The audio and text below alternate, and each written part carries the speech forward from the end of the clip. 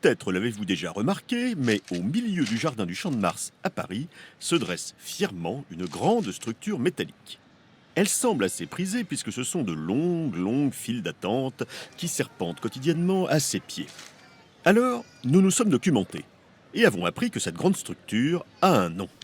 Elle s'appelle la Tour Eiffel. La Tour Eiffel est née en 1889, il y a plus de 120 ans donc, et sa gestation a somme toute été assez courte. En fait, dès le début des années 1880, le projet d'une nouvelle exposition universelle, comme tous les 10 ans à l'époque à Paris, avait été entériné. Et il avait été d'emblée décidé qu'une tour de 1000 pieds, soit 300 mètres, en serait le monument vedette, histoire de dépasser en hauteur le grand obélisque de Washington. Non mais... Un concours est donc lancé et une centaine de projets arrivent.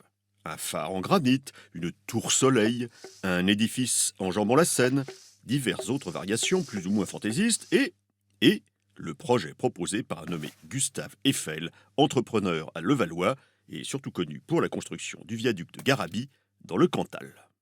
En fait, le projet d'Eiffel, c'est celui de ces deux ingénieurs, Maurice Coquelin et Émile Nouguier.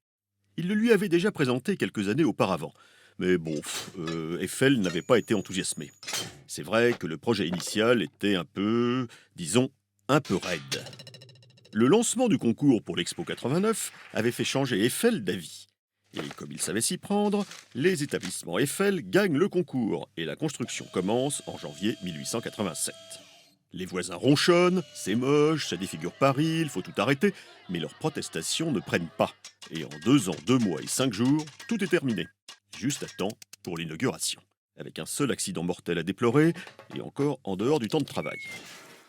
Mais figurez-vous que la tour aurait peut-être pu s'appeler Tour Bönnighausen. Si, je vous assure. Je m'explique. À sa naissance, en 1832, Gustave s'appelle Gustave Bönnighausen, dit Eiffel, car les ancêtres paternels de Eiffel étaient d'origine allemande, d'une petite localité du massif de l'Eifel, à l'ouest de l'Allemagne. Or, en émigrant en France, son ancêtre avait décidé d'accoler à son nom celui de sa région d'origine, Eiffel, ce qui donnait Bönnighausen-Eiffel. On notera, enfin les Allemands surtout noteront, que le massif de l'Eifel s'écrivait jusqu'au milieu du XIXe siècle, Eiffel, avec 2 F. Bref, Gustave décide de laisser tomber le Bönnighausen au profit du seul Eiffel, décision avalisée par le tribunal d'instance de Dijon quelques années avant la naissance de la fameuse tour. Imaginez un peu ce à quoi on a échappé. Tour Bönnighausen. À mon avis, elle aurait fait long feu, celle-là. Bon, une fois que l'on vous aura dit que la construction de la tour a été grandement facilitée par le fait qu'il s'agit au fond d'un mécano géant tout calculé à l'avance dans les ateliers Eiffel de Levallois, qu'elle est maintenue par 2 500 000 rivets qui sont tous rentrés au millimètre près dans les trous préparés à cet effet, qu'elle pèse actuellement à peu près 10 000 tonnes, ce qui est tout léger, puisque ça représente à peine 4 kg par centimètre carré. Qu'elle doit être repeinte tous les 7 ans, qu'on en est à la 19e couche, et qu'elle ne supporte que des pinceaux à brosse ronde parce qu'elle est chatouilleuse.